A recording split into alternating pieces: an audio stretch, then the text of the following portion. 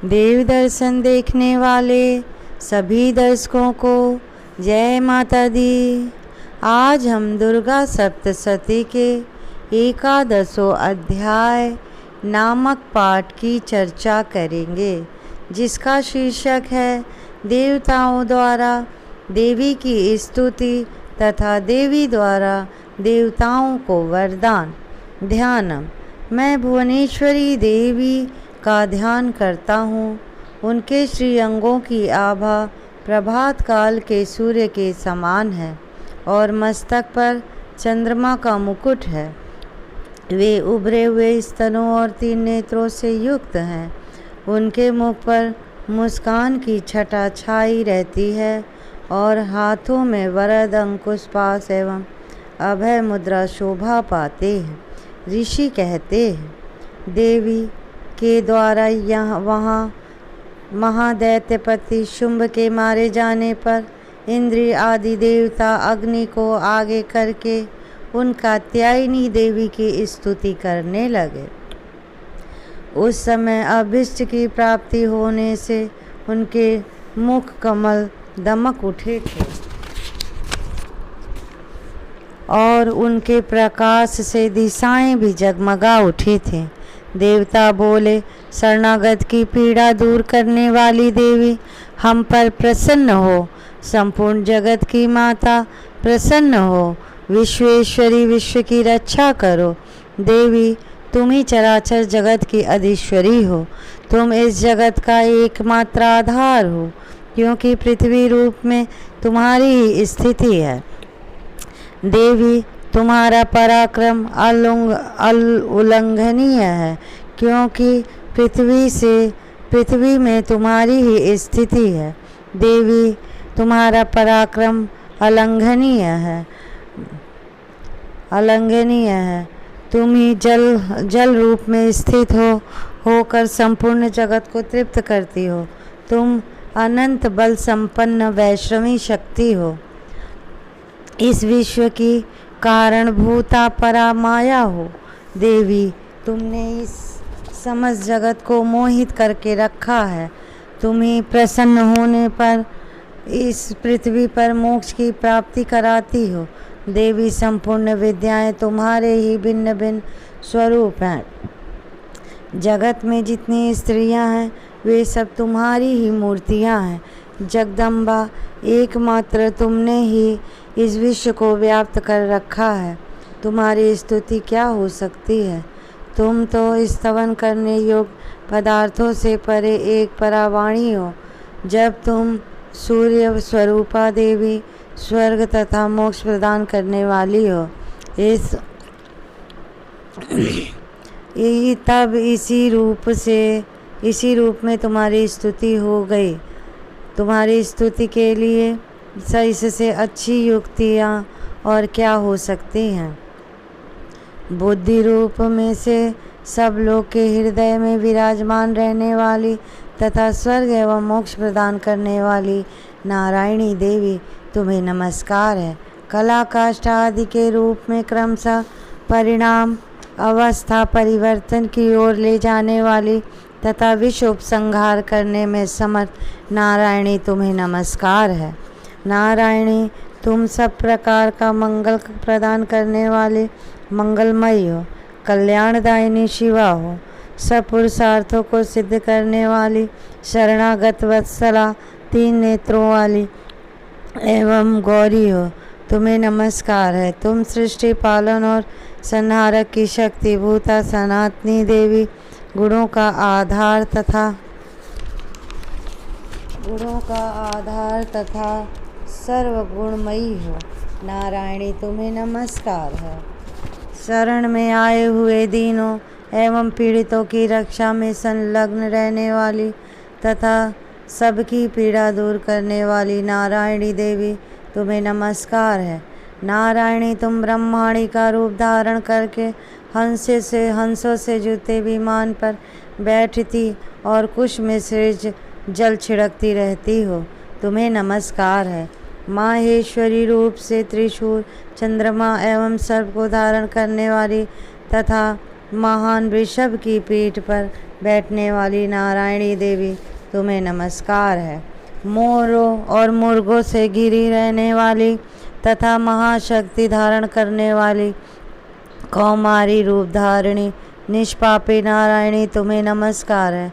शंख चक्र गदा और सारंग धनुष रूप उत्तम आयुधों को धारण करने वाली वैष्णवी शक्ति रूपा नारायणी तुम प्रसन्न हो, तुम्हें नमस्कार है। हाथों में भयानक महाचक्र लिए और दाढ़ों द्वारा धरती को उठाए वराही रूप धारणी कल्याणमयी नारायणी तुम्हें नमस्कार है।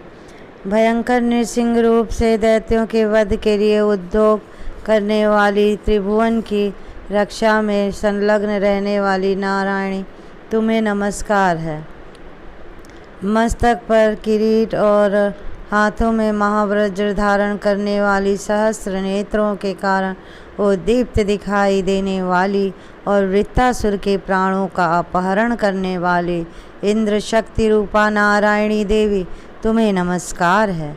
शिवदूती रूप से दैत्यों की महती सेना का संहार करने वाली भयंकर रूप धारण कर विकट गर्जना करने वाली नारायणी तुम्हें नमस्कार है।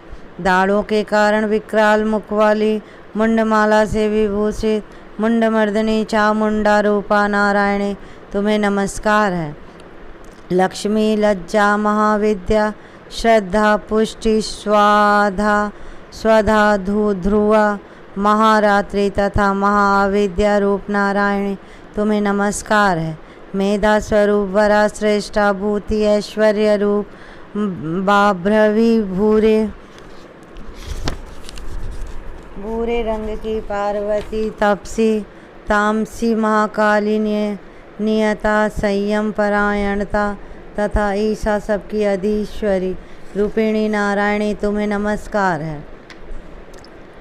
सर्वस्वरूपा सर्वेश्वरी तथा सब प्रकार की शक्तियों से संपन्न दिव्य रूपा दुर्गे देवी सब भयों से हमारी रक्षा करो, तुम्हें नमस्कार है।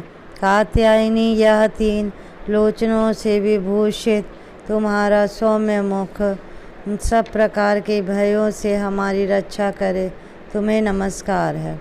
भद्रकाली ज्वालाओं के कारण विकराल प्रतीत होने वाला अत्यंत भयंकर और समस्त असुरों का संहार करने वाला तुम्हारा त्रिशूल भय से हमें बचाए, तुम्हें नमस्कार है। देवी जो अपनी ध्वनि से संपूर्ण जगत को व्याप्त करके दैत्यों के तेज नष्ट किए देता है, वह तुम्हारा घंटा हम लोगों की पापों से उसी प्रकार रक्षा करे जैसे माता अपने पुत्रों की बुरे कर्मों से रक्षा करती हैं। चंडिके तुम्हारे हाथों में सुशोभित खड्ग जो असुरों के रक्त और चर्बी से चर्चित है, हमारा मंगल करे, हम तुम्हें नमस्कार करते हैं। देवी तुम प्रसन्न होने पर सब प्रकार के रोगों को नष्ट कर देती हो और कुपित होने पर मनोवांछित सभी कामनाओं का नाश कर देती हो। जो लोग तुम्हारी शरण में आ चुके हैं उन पर विपत्तियां तो आती ही नहीं हैं। तुम्हारी शरण में गए हुए मनुष्य दूसरों को शरण देने वाले हो जाते हैं। देवी अंबिके तुमने अपने स्वरूप को अनेक भागों में विभक्त करके नाना प्रकार के रूपों से जो इस समय इन धर्मद्रोही महादैत्यों का संहार किया है, वह सब दूसरी कौन कर सकती है। विद्याओं में ज्ञान को प्रकाशित करने वाले शस्त्रों में तथा आदि वाक्यों वेदों में तुम्हारे सिवा और किसका वर्णन है, तथा तुमको छोड़कर दूसरी कौन ऐसी शक्ति है जो इस विश्व को अज्ञान में घोर अंधकार से परिपूर्ण ममता रूपी गड्ढे में निरंतर भटका रही हो,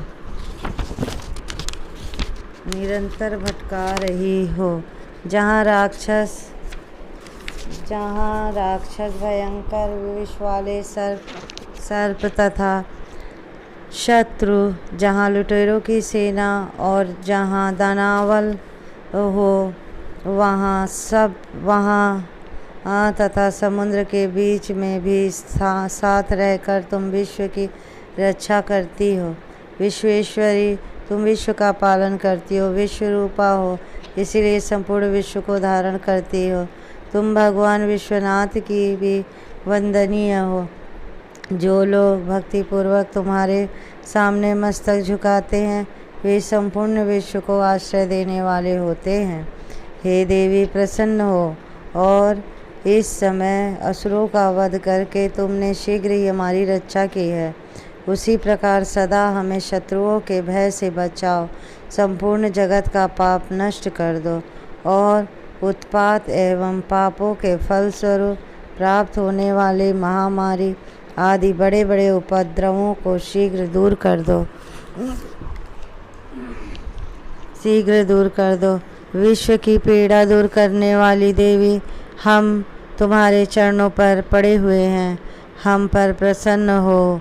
त्रिलोक निवासनीय की पूजनीय परमेश्वरी, सब लोगों को वरदान दो। देवी बोली, देवताओं, मैं वर देने को तैयार हूँ। तुम्हारे मन में इस जिसकी इच्छा हो वह वर मांग लो।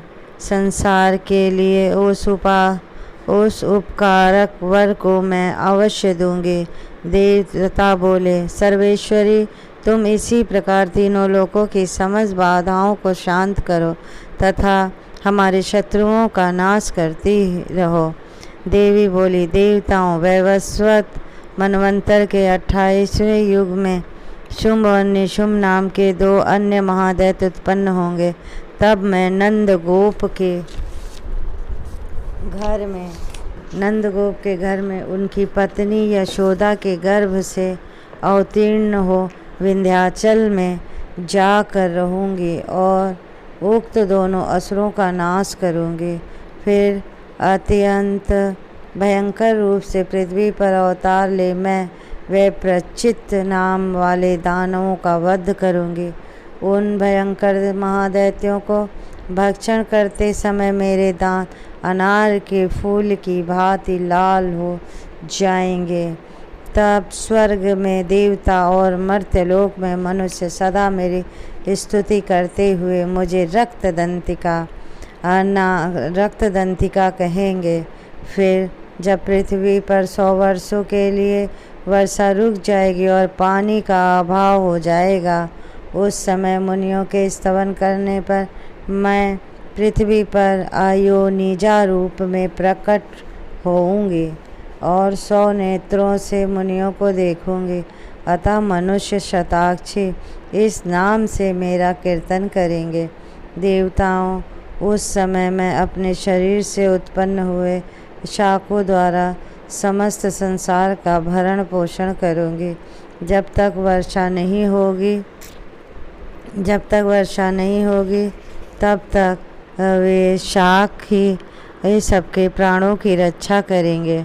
ऐसा करने के कारण पृथ्वी पर शाकंभरी के नाम से भी मेरी ख्याति होगी। उसी अवतार में मैं दुर्गम नामक महादैत्य का वध करूँगी। इससे मेरा नाम दुर्गा देवी के रूप में प्रसिद्ध होगा। फिर मैं जब भीम रूप धारण करके मुनियों की रक्षा के लिए हिमालय पर रहने वाले राक्षसों का भक्षण करूँगी, उस समय सब मुनि भक्ति से नतमस्तक हो मेरी स्तुति करेंगे। तब मेरा नाम भीमा देवी के रूप में विख्यात होगा। जब अरुण नामक दैत्य तीनों लोकों में भारी उपद्रव मचाएंगे, तब मैं तीनों लोकों का हित करने के लिए 6 पैरों वाले असंख्य भ्रामरों का रूप धारण करके उस महादैत्य का वध करूंगी। उस समय सब लोग भ्रामरी के नाम से चारों ओर मेरी स्तुति करेंगे। इस प्रकार जब जब संसार में दानवी बाधा उपस्थित होगी, तब तब अवतार लेकर मैं शत्रुओं का संहार करती रहूँगी। इस प्रकार श्री मार्कंडेय पुराण में सावर्णिक मनवंतर की कथा के अंतर्गत देवी महात्म्य देवी स्तुति नामक 11वां अध्याय पूर्ण हुआ। जय माता दी। यदि आपको मेरा ये वीडियो पसंद आता है तो इसे लाइक करें, शेयर करें, मेरे चैनल को सब्सक्राइब करें। आप इस पाठ को स्वयं पढ़ें, दूसरों को पढ़ाएं। अगर आप ऐसा नहीं कर सकते हैं तो वीडियो चलाकर इस पाठ को सुबह शाम सुने, इससे आपका सर्व मंगल होगा। जय माता दी।